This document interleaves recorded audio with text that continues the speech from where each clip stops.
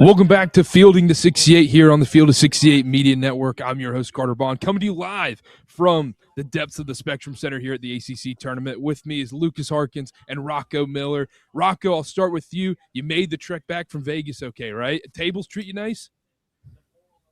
I had no time for tables, Carter. I don't know who you think you're talking to. I'm doing bracketology 24 hours a day. Who has time for tables? Who has time for the pool? 86 degrees yesterday and didn't get to touch my swim trunks. Very disappointing.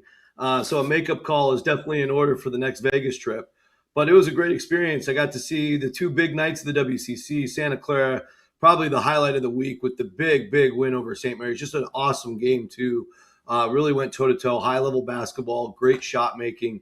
And then, of course, Gonzaga cutting down the nets. Big West Wednesday was a nice little taste. Get to see the commissioner, Dan Butterly. Shout out to him, one of my favorite commissioners out there. And then yesterday, all-day Mountain West. What an atmosphere. You go from Utah State and all their crazy fans in the morning to Grand Canyon and the Havocs going wild all afternoon to San Diego State in the show at night and New Mexico's insane fans. It was just electric all day long for about 12 hours. Highly recommend the Mountain West tournament. Not too corporate. It's really the last great big-time college basketball tournament we might have left in the country. I love it. Lucas, we're on the East Coast. We're staying up super late. How's the sleep been during this week, this craziness? You know, it's been all right.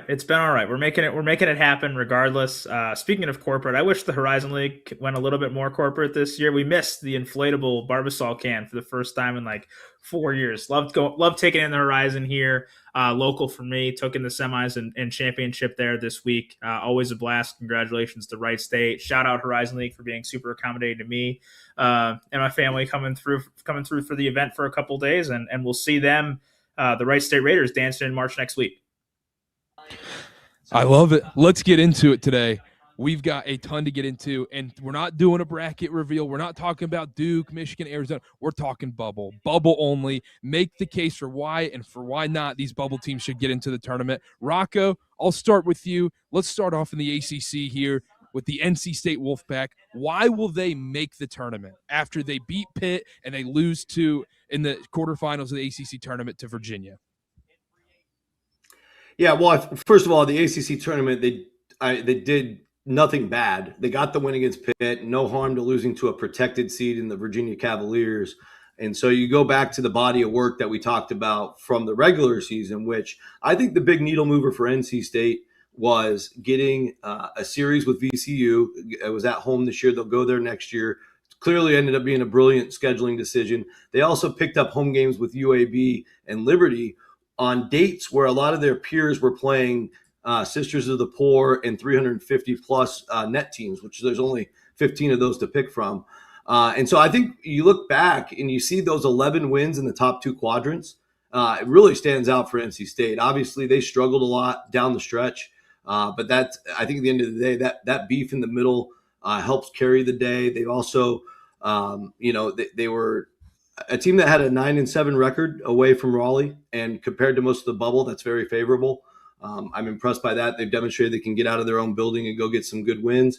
And so I think NC State will see their name called. Lucas, why will the Wolfpack make it to the NCAA tournament? Yeah, I'm with Rocco. Obviously, they're not like perfect from a WAB standpoint. They're 43rd, which is a little above some of these bubble teams, but not like by a ton. But when you, I think, simplify things down to the quadrant records, which obviously simplify it more than what the committee will know what each of those wins is and what those means. But if you're going to go kind of by the quadrant, five quadrant one wins compares favorably to bubble. As Rocco mentioned, 11 against the upper two quadrants compares favorably. They're 16-12 against the upper three quadrants. When you compare that with some of these teams who are entering not just under 500, but multiple games under 500 against the upper three quads, that puts NC State in really good position compared to those. They obviously have the quadrant four loss that the others don't have, but they feel pretty good to me as a team that should make the tournament as a result of their quantity of solid victories to this point. Lucas, if the committee were to leave the Wolfpack out, why would they be left out? What would be the reasoning for it? The quadrant 4 loss contributes to that. Obviously, they're one of the few teams here that's on the bubble that has one of those. TCU obviously was there for a while, but has played its way off the bubble. Santa Clara is kind of in that same mix, but is a touch higher in most of these metrics than NC State is. Last year, the top 42 teams in the WAB made the NCAA tournament. NC State's 43. So there's a possibility there that their WAB just isn't quite on some of these levels of maybe teams that continue to play in. If you see Oklahoma obviously still playing, has an opportunity to jump in front if they continue to play really well here down the stretch. New Mexico, San Diego State, Seton Hall, also some teams here that are on the outside looking in for me that can both play their way into the mix as at-larges, but also could just be bid stealers that shrink the field should they win their respective leagues. So there's always that chance that, NC State loses out on some spots getting smaller. And there's a chance that Rocco and I are higher on NC State than the committee is right now. But with that said, I think NC State's on the safer end of teams that we're going to discuss tonight. Rocco, is there any other reason that Lucas didn't mention why the Pack might miss the tournament?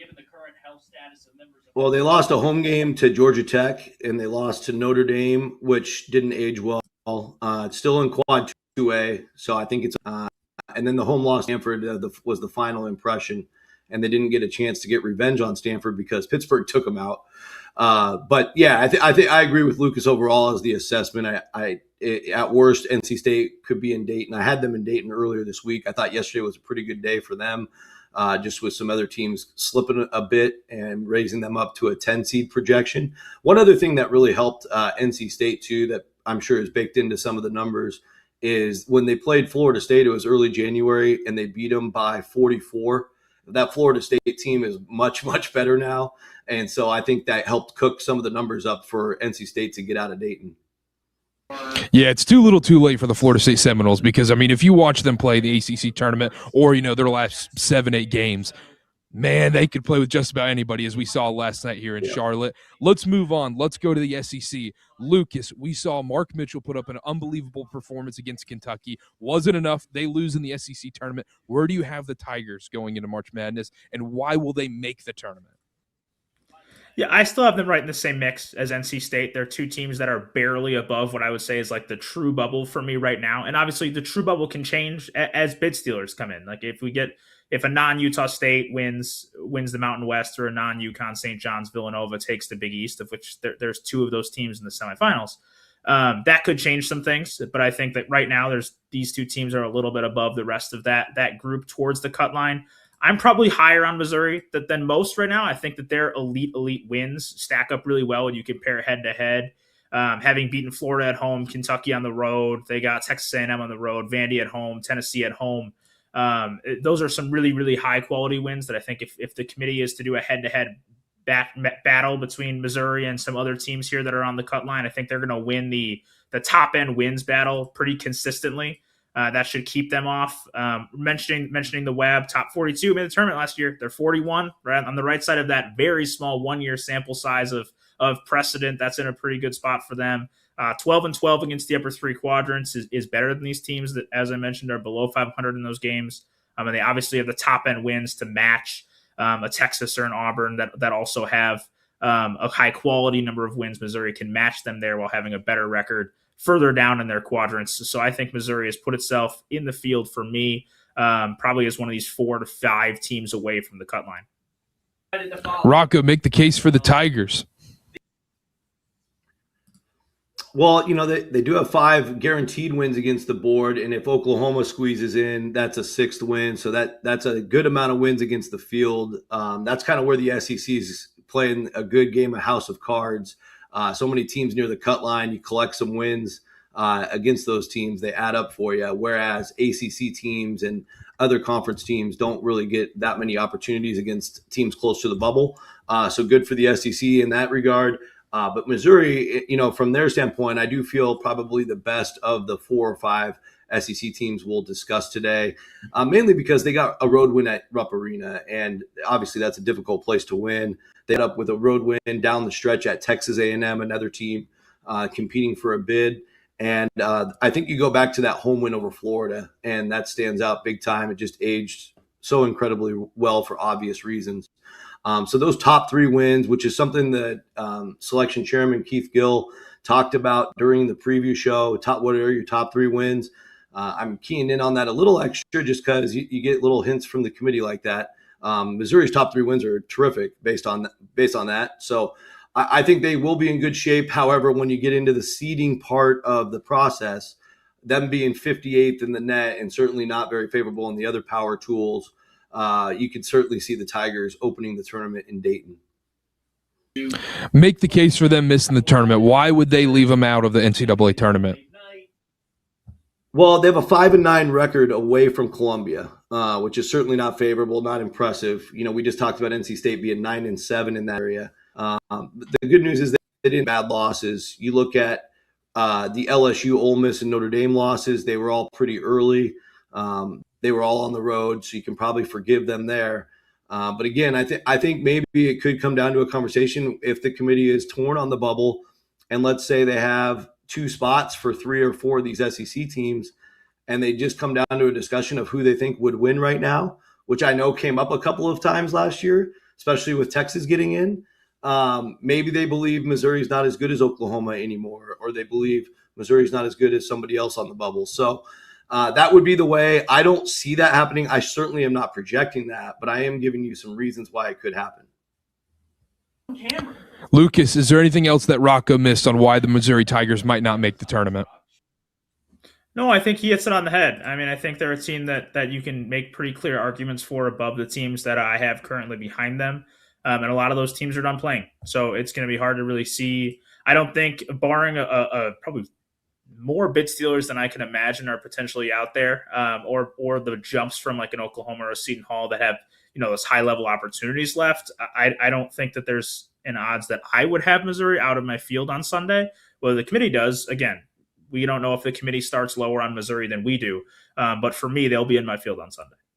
It is, right? We move on to Miami of Ohio. They finally fall to UMass. They lose in the MAC tournament. The scenario we've been talking about for, it feels like months now at this point. Rocco, why will Miami of Ohio make the tournament? Well, I mean, they're a historic team. 18-0 in the MAC, 28-0 against Division I. Got to the finish line perfect. They played elimination games for 4 months plus. Won every single one of them. They're going down in the history books no matter what the committee decides. But they did introduce some resume tools in the last few years. Last year, a tool called the Wins Above Bubble. I'm sure everybody watching this show would know about that. And that is, I think it really comes into play for a team like Miami, where you have 0 ways to compare what they did to power conference teams who are taking up the majority of the bids. We see now at the finish line, and we could kind of anticipate this yesterday when the news came in that UMass had rallied back to take the win from Miami, Ohio. And let's not forget, Miami, Ohio was up 11 with 8 minutes to go and just took their foot off the gas. So, I'm sure they're kicking themselves for even losing the game, but they will wrap up the season in the top 40 of the WAB. They're in the top 30 of the strength of resume, which I would imagine is probably the second most consistent resume tool. In fact, in my opinion, it's probably just as effective as the Wins Above Bubble, but I know the NCAA owns the Wins Above Bubble formula that they've put together. So they are leaning on that. Either way, I think that helps Miami, Ohio definitely get into the field. So now it just comes down to how that seeding is going to go. But the good news is all that hard work paid off. All those wins mattered. And that's the whole purpose of putting those tools on the team sheet to help, break some of those impossible discussions. Lucas, make the case for Miami. Well, the case is pretty straightforward. 28-1.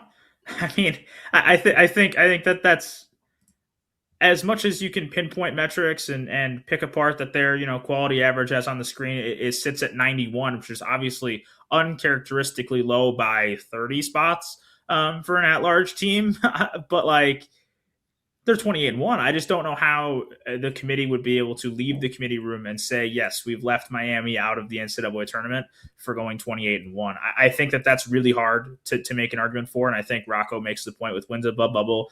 37, it dropped from where they were before the loss, but that's still above the cut line, and I think that's the exact reason why metrics such as Wins Above Bubble is on the team sheet, and the strength of record as well, which I believe is 28 still.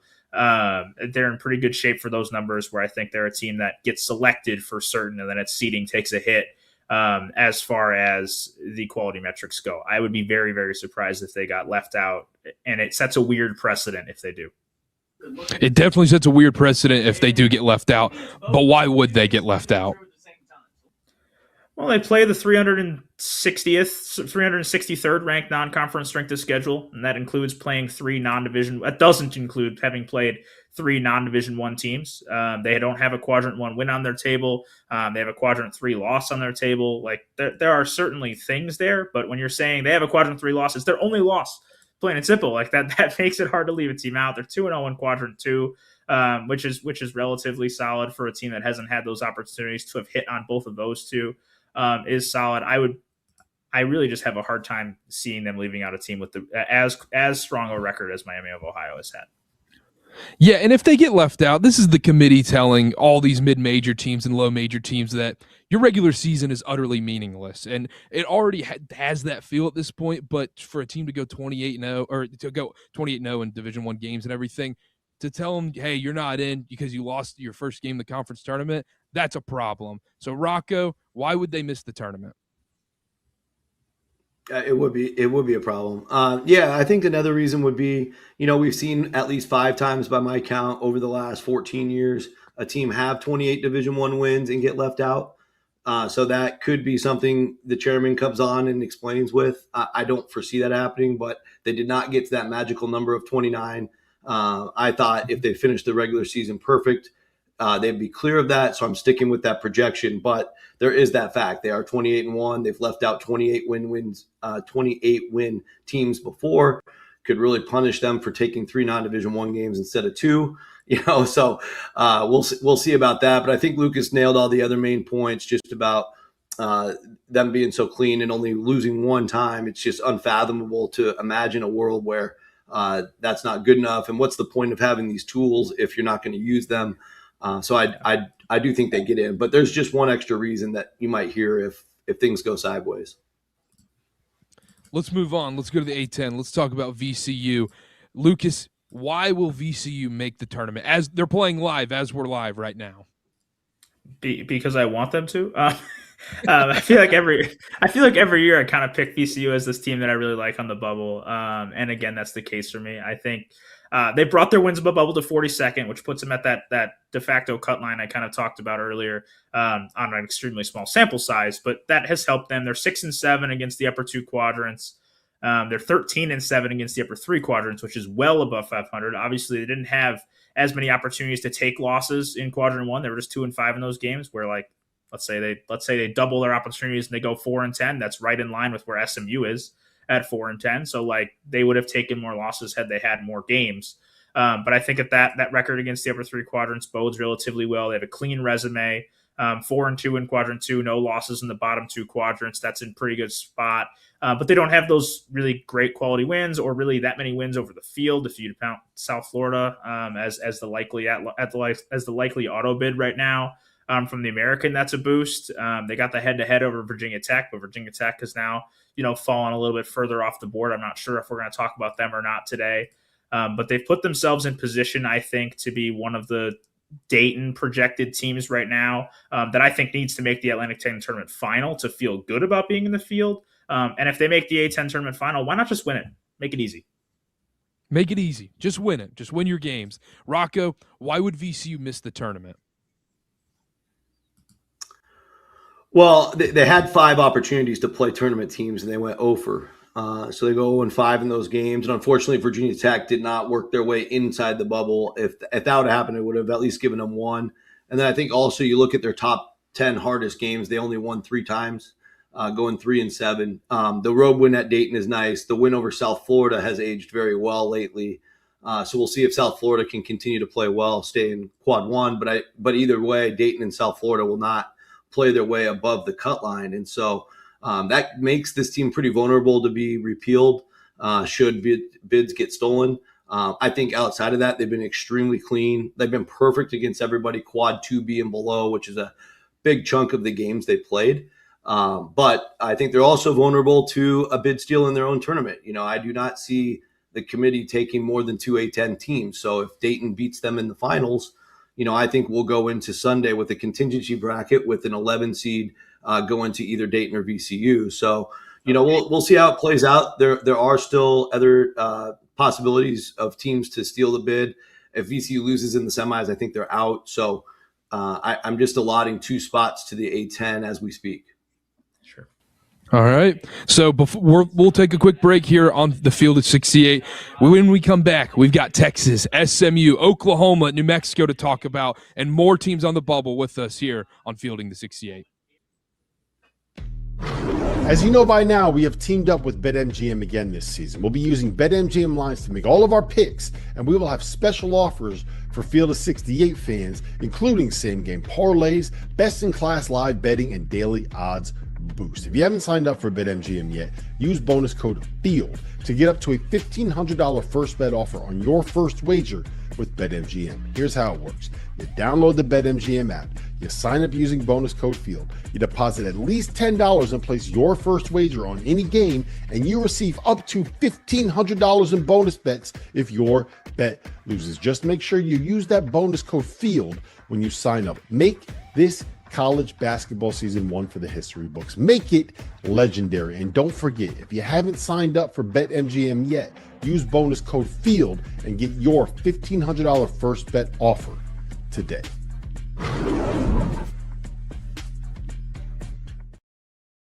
It all ends here. April 6th, the national champion is going to be crowned right here in this building, Lucas Oil Stadium. Make sure you follow along Field of 68. We have shows every single night after dark. It's the place to be to follow everything college hoops. Streaming on YouTube. We're on Sirius XM Channel 84. Selection Sunday. We got a 6-hour marathon. We're going to be at all the Power 4 conference tournament games. We're going to be at the second week of the tournament, and we'll meet you guys right here in Indianapolis to crown a national champion.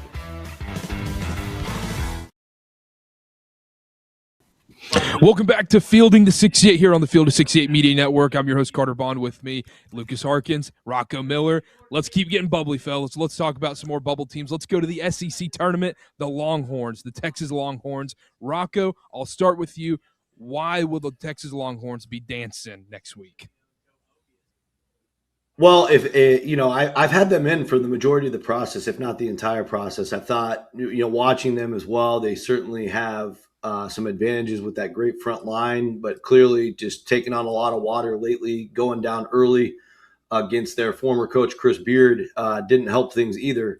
But if you look at the 7 wins they have in the top 2 quadrants, they're all against NCAA tournament level teams. If you count the road win at Oklahoma, they did a nice little road win exchange program with the Sooners to help each other out.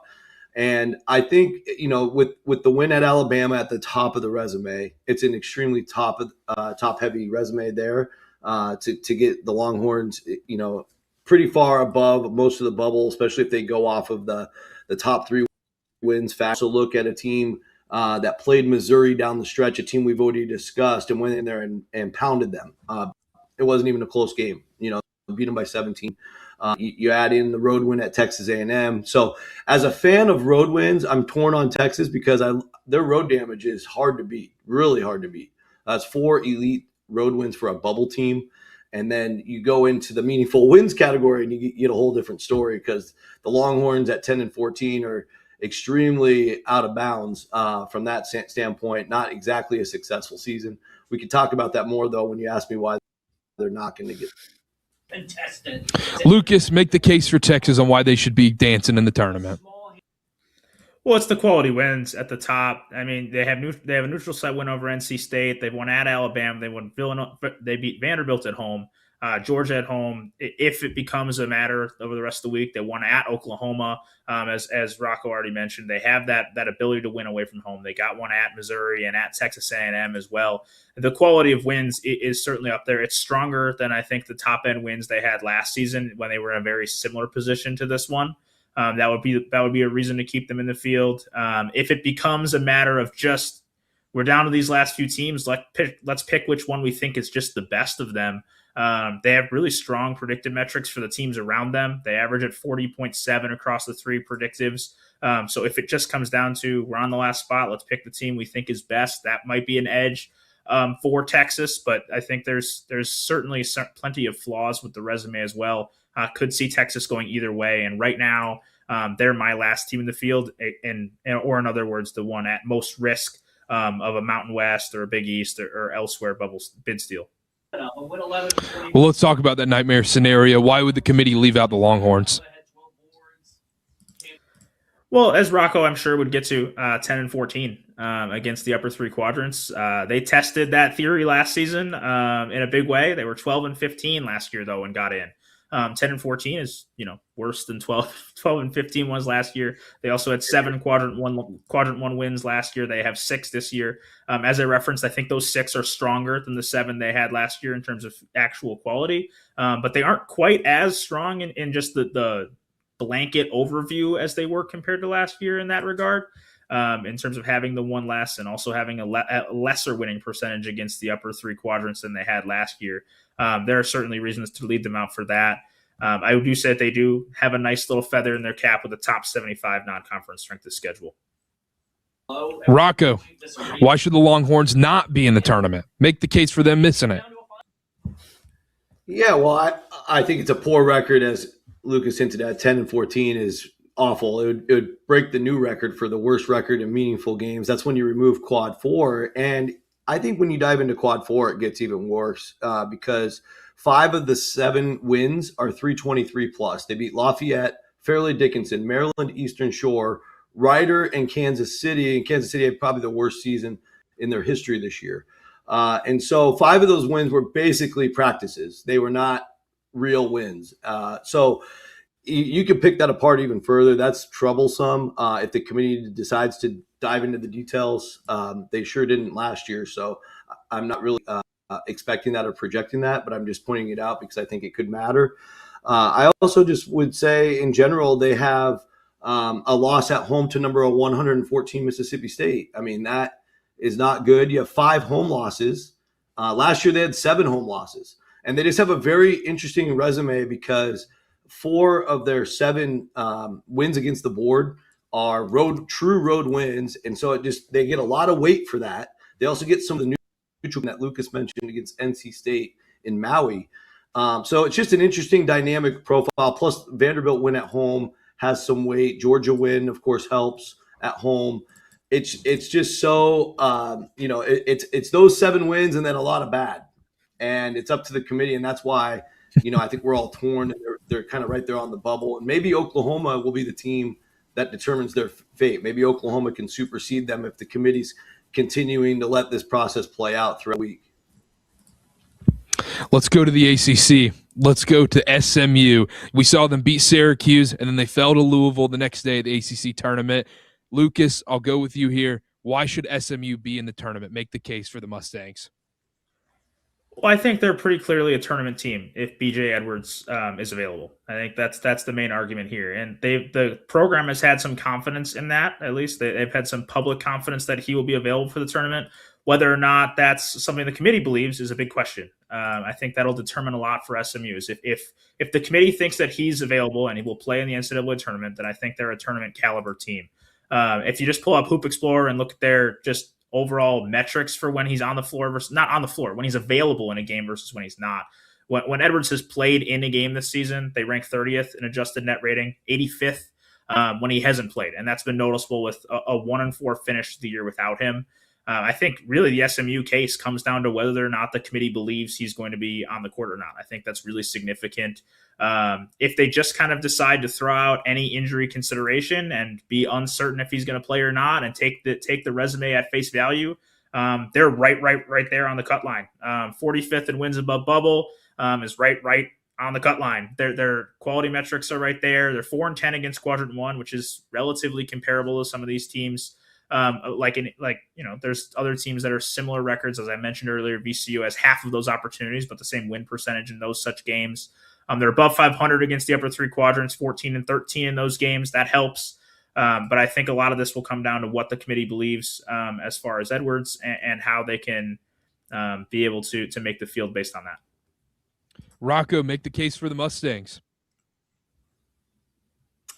Well, they're 14 and 13 in meaningful games, and so that's kind of pretty. After looking at some SEC teams, as average as it sounds, they had to win some games against decent competition to get to a winning record in non-quadrant 4 games. So that's a good place to start for them in general.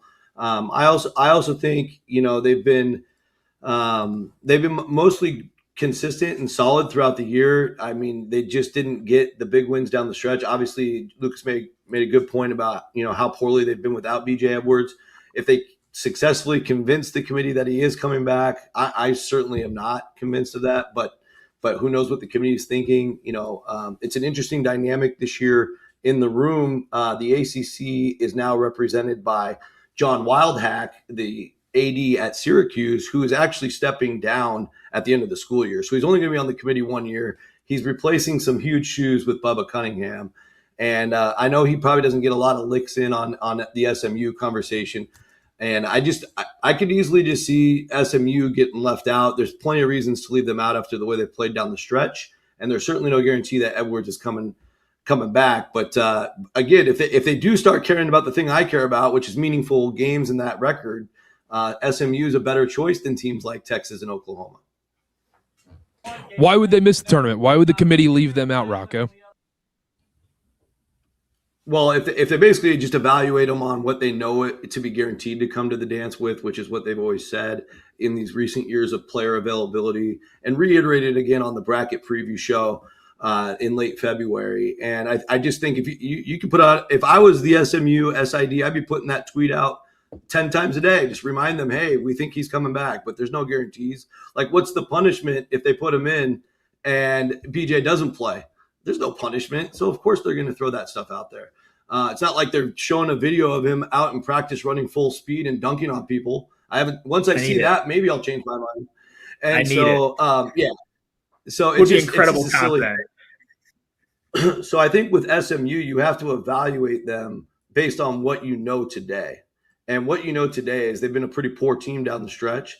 And their best road win, here's the other thing, their best road win is Wake Forest. They have plenty of other opportunities. They're 5-10 in games away from Moody Coliseum. They're 3-8 in away games against the top 2 quadrants. And again, the top win of those 3 is Wake Forest. So I think that alone, you just evaluate them on the merits. Forget all the player availability stuff. And it's pretty easy to leave them out. I mean, they definitely are close to the cut line either way, but that's certainly enough reason to leave them out.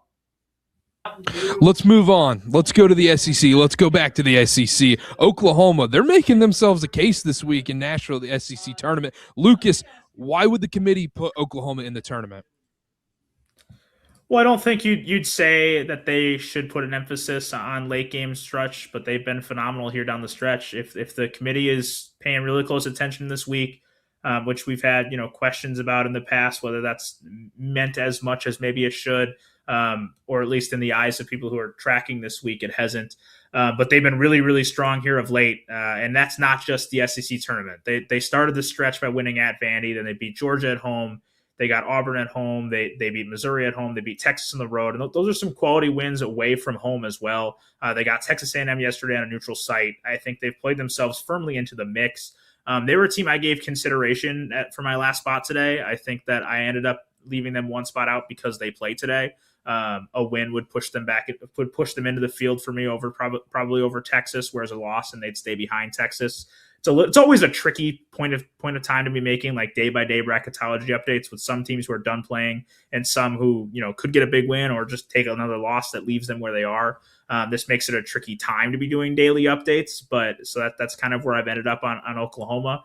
But they've obviously played themselves into the mix. As Rocco's pointed out with meaningful games, they're 12-14 in those, which is better than a team like Texas that's 10-14 in those games. I tweeted about it or whatever, posted on X about it earlier this morning. That it gives me some trepidation to remember what 2022 Texas A&M went through with its late run, and then it made a run to the SEC tournament final and was left out later that day after losing.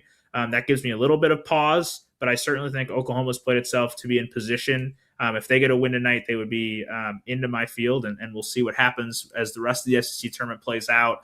And then how other tournaments play out with bid stealers and such around them. Rocco, why would the committee leave the Sooners out of this tournament? Yeah, too little, too late. If they take a loss today, they'll finish with 12-15 record. When you take quad 4 away, they have 2 losses to teams in the 100 plus. They lost to both South Carolina and Mississippi State, so they took losses to the top two, the 2 bottom feeders of the league. They were road games, so it's not killing them in the quads, but it's a data point for sure. And then I also just think, you look at the KPI tool, if they care about it, they're 69th or 68th. And so that's really way out of bounds of any team being considered if it is taken seriously. Now, I think guys like Lucas and I, we probably lean a little bit heavier on the WAB and the SOR.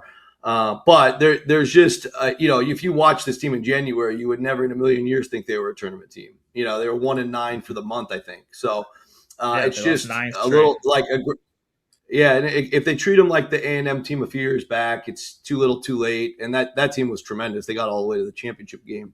But we'll see, because I think also, the more recent memory is the Texas example. Last year, a loss today would give them the identical 12-15 record that Texas team had.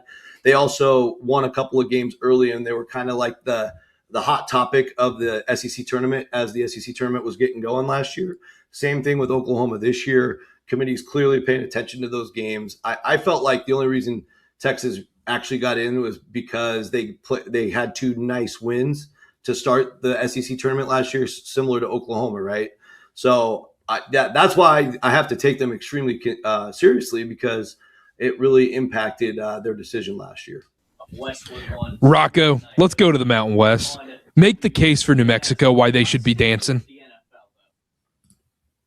Well, first of all, I think we're at a point where 2 bids seems likely for a number of reasons for the league. We'll get into that. But I think a scenario with New Mexico getting to the finals and playing Utah State would be an opportunity to get selected. The committee with contingencies in place starting, Saturday afternoon. That game will be Saturday night, I believe. Could just budget 2 spots for the league, and that would be huge news for New Mexico.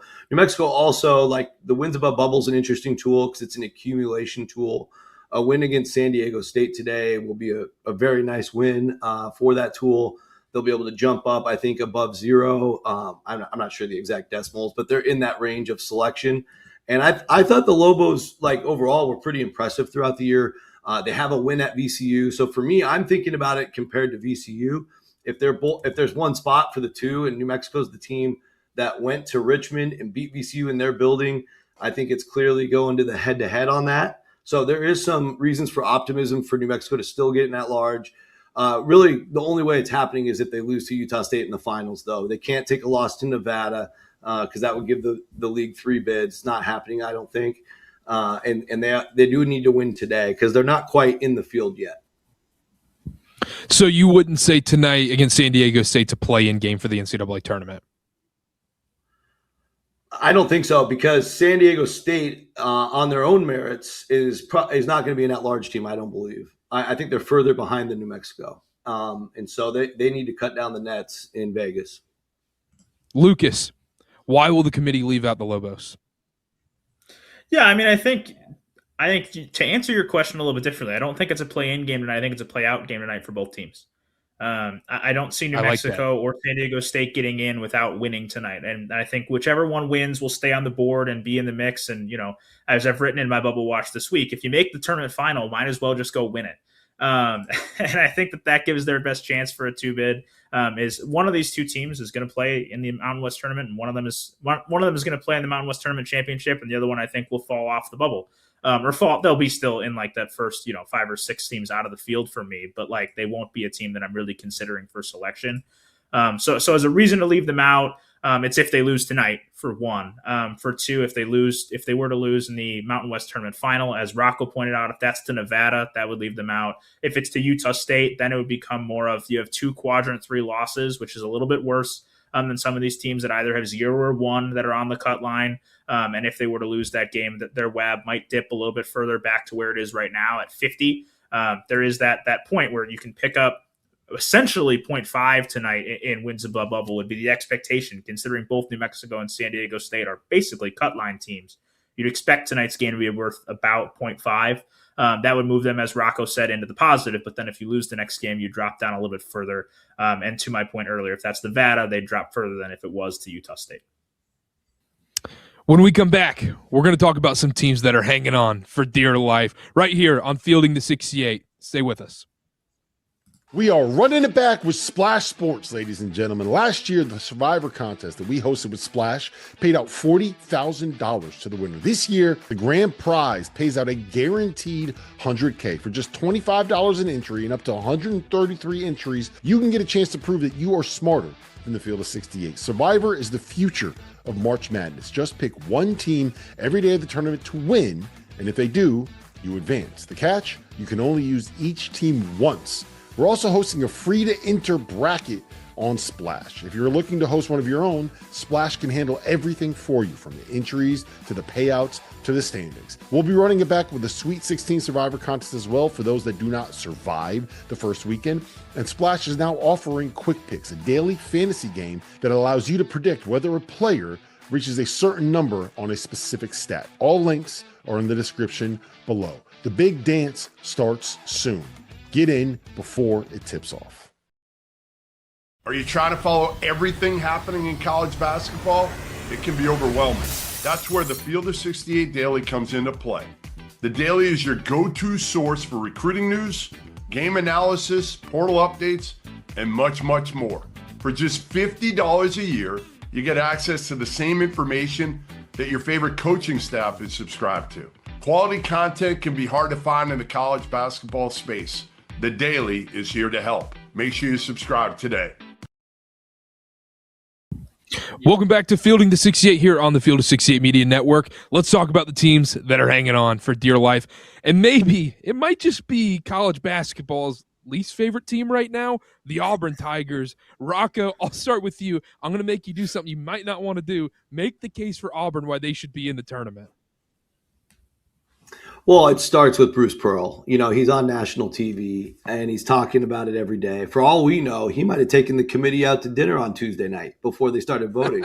What we do know is, you know, when he worked at Milwaukee, he was an elite recruiter. They won NCAA tournament games as a Horizon League school. Back in those days, he got busted for throwing a barbecue. Ends up going to Tennessee, having a great career there, great career at Auburn, takes his shirt off at football games. If anybody can convince the committee to change their historical precedent of no team with 16 losses gets in, or no team not at least 2 games over 500 gets in, it's going to be Bruce Pearl doing it for his son, Steven. And that's how they're going to get in.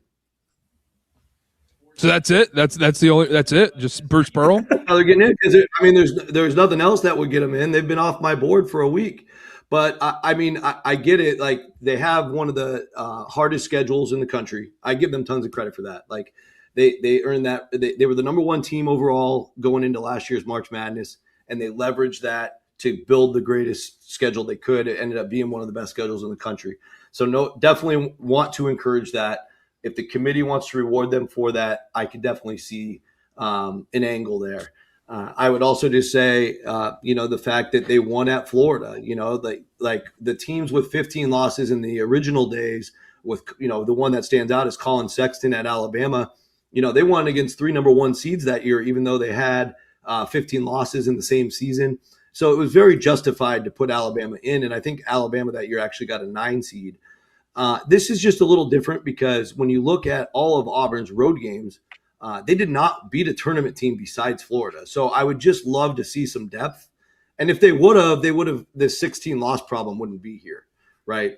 And so I think that's a big part of the problem. And I think the nail in the coffin really was Ole Miss came to the Jungle on a 10-game losing streak, and they somehow got right in a road game at the Jungle.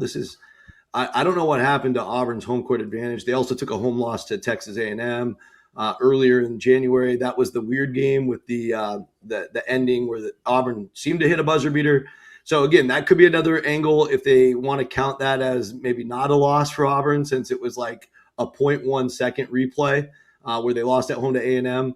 So I'm trying to give you like everything I could possibly think of, but in general, if you're just going off records and all that, there's no precedent to put them in. Yeah, if we're giving out extra credit for you almost won by 0.1, weird replays and everything. No. But Lucas, make the case for Auburn. It's schedule related. I think obviously Rocco pointed out the road win at Florida. That's obviously the best win basically anyone has in the bubble conversation. They also beat St. John's on a neutral floor, which is obviously not a true road win, but it is a win away from home over an NCAA tournament team that's going to get probably a 5 or 6 seed. That's really strong as well. They have another set of wins, over tournament teams. If you want to say they have a head-to-head home win over Texas, they beat Kentucky at home. They beat NC State at home. There's some solid other results here. I think the interesting point here is, we talked about wins above bubble with Miami and then being above the cut line. Auburn has a positive WAB. It's 44th. So right in the heavy mix of bubble teams right now for what, their record would reward. Bubble teams should win, such and such amount of games out of there. They're right in the mix of what a bubble team should win here. And I think what's interesting about it is I'm playing devil's advocate here. I have Auburn off my board. I'm not off my board, but I have them as, one of my first teams out here. And I don't expect them to make the NCAA tournament. This is a devil's advocate play. Don't hate me for this, but you look at their non-conference games. They played Houston on a neutral site. They played Michigan on a neutral site. They played Arizona on the road. They played Purdue at a neutral site. That's 4 teams who are going to get three seeds or better, 2 of which are going to get at least 2 seeds, and Houston's going to be probably your top or second 2 seed. You lose some WAB for that. Not a lot, but you lose some for losing those games. If you replace those 4 games with teams, in the 300s and they just win those, which wouldn't be huge WAB wins, but if you flip that WAB by, 0.2 from where it is right now for playing an easier schedule in non-conference, maybe we're talking about this differently. They have a much better record. Their WAB would be probably in the low 40s, lower than 44th in the 40s, or maybe in the upper 30s. I think that this is a devil's advocate play, but if the committee includes Auburn, they can come on and say they could have played an easier schedule, and here are all these teams that played an easier schedule, and they didn't. But as that said, this was devil's advocate. I have Auburn currently out of the field. As you said, they're a disliked team right now in the country. But I think that there is certainly to the same point of they could have played an easier schedule. They also could have, not lost at home to Mississippi. They could have not lost at Mississippi State. They had their chances to have a better record than they did. They obviously have great wins. And if you want to compare, those top end wins with another team on the bubble as top end wins, their win at Florida is going to beat pretty much everybody. But I think that, 17 and 16, not going to get in the tournament. In charge. Let's go to the flip side. Make the case for why they shouldn't be in. Miami. Why they shouldn't be in is they're 17 and 16. They're 11 and 16 against the upper 3 quadrants. That's 5 games below 500 in those games. I think that there's more reasons to leave them out than in at this point. I had to play devil's advocate there because you asked me to make the case for them to be in the field. I did. So I made said case for you. But I do have them out of the field right now, and there are going to be teams that I think, could pass them, even on the list of teams out right now that can still pass them that we've already discussed in Oklahoma, New Mexico, and maybe a couple more we'll continue to discuss here with San Diego State and Seton Hall. There's still teams playing. Auburn's ran out of its chances to get there. I've said for a while here during the regular season, I said 15-loss Auburn would get in, 16-loss Auburn wouldn't. I changed my tune a little bit on that when they won their first game of the SEC tournament, and I said if they're 2 games over 500, they'll get in. If they got to 18 and 16, I think they would have gotten in. If they don't give up a 19-0 run to Tennessee yesterday, I think they get in. But they did those things. They're 17 and 16. I think that breaks precedent in a way that it can be argued by the committee, and if they do, I'd be interested to hear it. But I think they're a team that gets left out. Rocco, let's say you're in the committee room right now, and they're saying, Rocco, make the case for why Auburn shouldn't be in. Well, 17-16, no team with 16 losses has ever gotten in. Is this the team we really want to break all of our historical precedent for? Maybe, but what would be the reason why? What would be the reason why? The road win at Florida. Okay, great. That's one example. Neutral court win over St. John's. Okay, good. That's a second good example. But after that, their next 4 wins against the board are all home wins. Doesn't really move the needle. They also had to go to overtime to beat Bethune-Cookman. They had a game down the stretch that was must win against Ole Miss that we already harped on, a team on a 10-game losing streak, and they came in and beat them. Auburn down the stretch, if you turn on the tape, was a miserable defensive team. They, at certain games they made shots. They made it very interesting against Tennessee yesterday. I give them, credit for fighting. That was good to see. They did show up in Nashville, but there's too many stretches this year where this team didn't even have the look from a basketball sense of a tournament team. And I think it all started in that exhibition loss in Birmingham to Oklahoma State. Obviously, that's not on the team sheet or didn't count. But the warning signs were there pretty early for this being kind of a different year for Auburn. Obviously difficult for Coach Stephen Pearl to take over that late and adjust. And he's learning on the job in one of the toughest leagues. So it's certainly nothing personal. There's a lot of years I like Auburn. So it's never going to be personal. This is just, studying this thing for 2 decades and understanding the process. There's really no spot for a team with this profile. Yeah. I think you made great points there. Let's go back to the Mountain West. Rocco, make the case for San Diego State. Why should they be in the tournament? Why will they get into the big dance? Well, I think they have after watching them live last night, I think they have a fantastic chance to win this tournament. They looked like the old Aztecs yesterday for the first time in a long, so physical, just completely pounded Colorado State on the glass, which was wild to see because if you watched the road loss at Colorado State February 21st, they got completely out-physicaled by that same Colorado State team in a 9-point loss. But I think with San Diego State, they did beat Utah State the one time, and they beat New Mexico at home. Those are just home wins. It's difficult. Their best road wins at Nevada, a good quad 1 road win. But overall, they were a disappointing 3-5 in true road games. Typically, when you're in the Mountain West, you got to be at least 500 there, and they didn't quite get there. They're 7-8 overall on the year.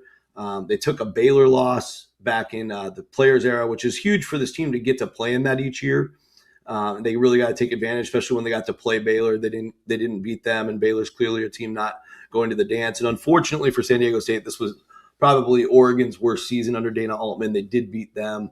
And I think the kicker, overall is that home loss to Troy. If you want to point at one result, just an amazing game. Troy's going to the tournament. I don't even think it's too crazy of a loss after seeing Troy win the Sun Belt.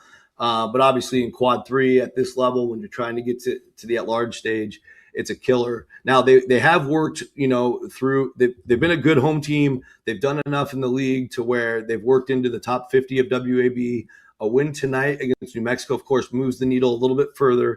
And I do think, if I had to pick a champion right now after watching everybody play yesterday, this would be my pick to win the tournament. And I'm putting them in my bracket because of that. But I really don't like their chances for an at-large. Lucas, why would the Aztecs be left out of this tournament? Can I just repeat my exact statement from New Mexico? If they lose tonight, yeah, exactly. I still kind of feel that same way. As much as I felt about New Mexico, their resumes are slightly different. New Mexico has a better record in quadrants 1 and 2, 8-7 versus 8-9. But it has one more quadrant 3 loss, 2 losses versus 1 quadrant 3 loss. But they're 49-50 in wins above bubble right now. Their metric average predictive metrics are 48 versus 52. They're extremely close resumes. And I think will be decided tonight which one stays in the mix for a bid and has a chance, same points I made with who they would face in the tournament final between Nevada and Utah State play a factor there. But I think, winner stays in the mix and loser falls to, will be mentioned as a first 8 teams out of the field at worst, but would be, not a team I'm expecting to see selected. So I think that's the same case for San Diego State tonight. I don't know. Can I call it tonight? No, it's good. No, you can't call it tonight because you and I are both going to be up at 3 a.m. watching this game going to overtime. For me, it is listed as a game that starts tomorrow at 12 a.m.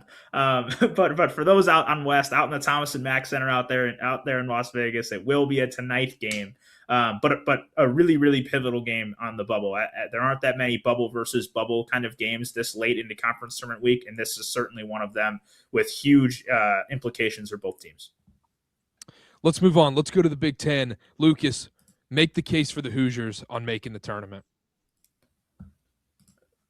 It's harder. It's getting harder. Yep. I think that this is the first team that I didn't really give strong consideration on my board. They were in my first 8 teams out. They were my 7th team out today. I just didn't really give them a whole lot.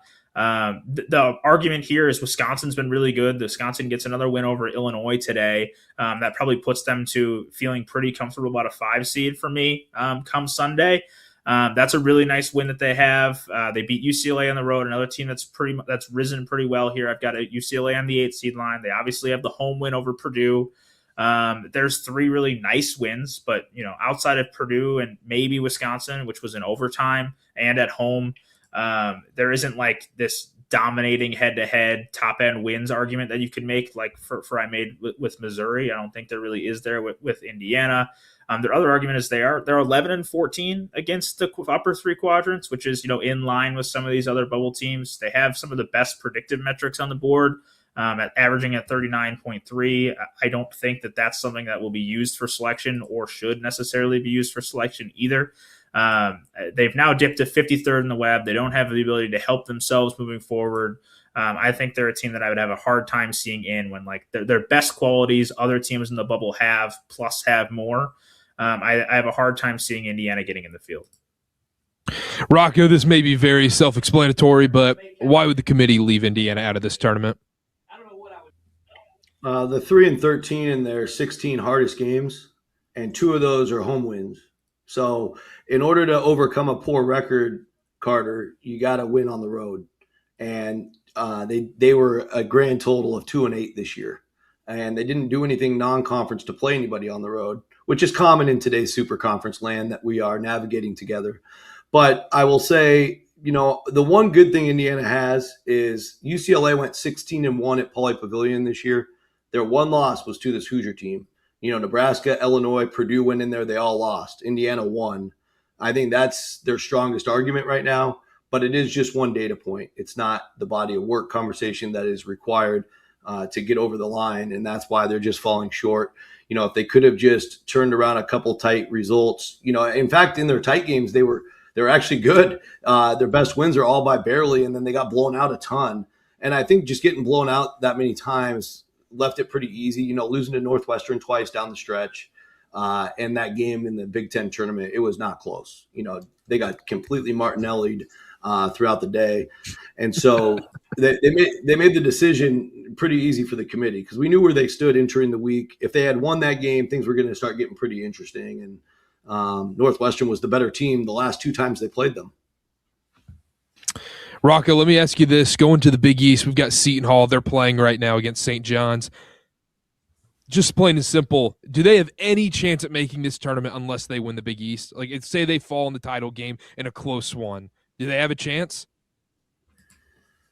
Can't say never, but it would only give them 2 wins against the field. Right now, they're hanging on to that awesome win against NC State in the opener of the Maui Invitational way back on November 24th, Carter. And this would give them a second win, another neutral court win. Technically, I guess it counts as a road win now that I'm thinking about it. So that would be nice. Get them a quad win. It counts as a neutral this year. The last 2 years, it's been neutral. Neutral. Okay, so there you go. So either way, 2 wins against the field. Right now, they're a 6-5 team away from the Prudential Center, which actually isn't bad. Actually, I'm sorry, they're 8-6, 6-5 in the true road games. So that bodes well for them. I mean, at a certain point, all of these Big East road wins would hopefully matter. They got 6 quadrant 2 true road wins, where they only lost at Creighton by 1 point, and they lost at DePaul. I think that might be the one that kicked them out for us, like originally. But they got swept by DePaul overall. They lost at home to Butler. Sorry, Lucas. So yeah, I mean, overall. Overall, it's really tough to select them with just the 2 data points, because if you go with that top 3 wins conversation, Carter, you're going to be saying NC State, St. John's on neutral courts, and a road win at Providence. Their road win at Providence is their best road win, and that's actually probably even worse than SMU's argument, which is a road win at Wake Forest. So, again, falling short in all of those areas, and just probably too many bad losses. They've got, with USC not making the field, they have 5 losses to non-tournament teams. That's a very high number as well. Lucas, make the case for Seton Hall. I think the Big East tournament has set up about as well as they could have for them. I think that they obviously need to win. As Rocco's pointed out, they're not a team that's in the field right now. They have 1 win over the field. It's not a great one. They're 0-6 against the NCAA tournament teams in the Big East, being St. John's, UConn, and Villanova. The bright side of that is they've lost those games by an average of 6.8 points. They've been close. They've been close on the road in those games too. I think they desperately need to win today. I think they're out with they're officially off the board with the loss to St. John's as it's currently being played. They're down 8 points. But were they to win this game, what sets up is a Big East tournament championship game where they would, by having beaten Seton Hall, they'll probably move into the mid 40s, maybe the worst half of the 40s, but still in the bubble-ish mix for wins above bubble. And they would get either UConn, who would not hurt them, just be a massive, if they win, they're going to make the tournament. But it wouldn't hurt them in a loss, and they could potentially make a nice argument with a close game to UConn, even in a loss. Or they would face Georgetown, who would give them a pretty good chance at an auto bid. They swept Georgetown in the regular season. So I think it's set up the way they need it to be, where they need to win today. And if they make it to the championship game, they're either going to face an opponent that won't hurt their metrics for the loss, or they would have a pretty good chance to be the bid stealer if the Big East needs to have 4 teams in the field. So I think it's set up well for them, but I think it's unlikely. Although they've played 6 close games against these teams before, maybe 6 losses turns into 1-6. You know what they say? It's tough to beat a team 3 times. So we'll find out if that's actually true in the Big East tournament today with Seton Hall. Before we go, Illinois loses to Wisconsin in a tight one in overtime in the Big Ten tournament. Lucas, you mentioned this briefly before, but what does this do for both teams going into March Madness? I think I moved Illinois down to a 3 seed this morning because of Iowa State's win yesterday. I always am very wary about making decisions on seed lines this late in the year. And I was kind of punishing myself a little bit for doing so, as like every year I'm not going to make a change after Wednesday to these top seed lines. I'm not going to do it. And then I did it anyways. It kind of made me feel a little bit more like validated in that decision. And maybe that's something that I'll feel more confident in as Illinois is a 3 rather than a 2 on Sunday. But I certainly wouldn't be surprised if Illinois still is a 2. Their quality metrics are phenomenal and worthy of being a 2 seed.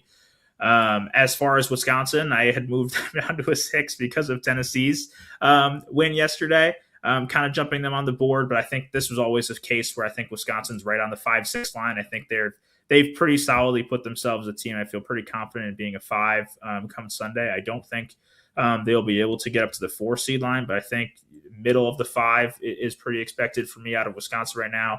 Could maybe see a 6 as far as when you compare it to some of these teams' quality metrics. I think their resume and obviously elite top end wins says 4 or 5 seed to me, but their metric average is around the 20 area, while Tennessee's up there at 13. And Texas Tech's at 17, Arkansas's at 18, Louisville's at 15. They're a little behind in those predictive metrics that you could see the committee lean on and drop Wisconsin further. But I think the Badgers are deserving of a 5 seed, and I think Illinois is still on that 2-3 mix that I have currently as a 3, but wouldn't be remotely surprised if they were a 2. Look what we got behind me. Look what we got. You want to say something? All right, we're live right now. Anyhow, Rocco, talk to me about Wisconsin and Illinois. Yeah, I mean, I'm with Lucas for the most part. I still think Illinois is stronger than Michigan State with their wins. And so I'm waiting to see what Michigan State does against UCLA. That could be an interesting game. And I'm still torn. I'm hesitant to move Illinois below Michigan State. So that's where I'm stuck. I agree that Iowa State belonged to move up. Illinois had already lost in overtime to Wisconsin. Now they've done it twice. So it doesn't really teach me that much about Illinois that I didn't already know. And so, that's one way to look at it. Wisconsin, I think they had taken the last 5 spot in the projection based on North Carolina's loss to Clemson. And so I felt pretty good about that. Now I feel extra good about it. I think they'll stick as a 5, much like Lucas was saying there. And that's pretty much where it stands. I mean, just so the audience understands, when the committee begins their voting, it starts at the very top. So the first 2 seed lines were done on Wednesday, and they're going to be able to go back and scrub those orders at any point in time. So it has to be something substantial to move the needle, like a Villanova loss to Georgetown, but they're not a 2 seed. So I think it's just going to take maybe something a little bigger for Illinois to be punished. And I'm waiting to see what Michigan State does these next couple of games, if they win today and then what they do tomorrow. It's tight. I love it. Yeah, I love it. Well, We have a bracket 2 days from now. Thank you guys for tuning in once again.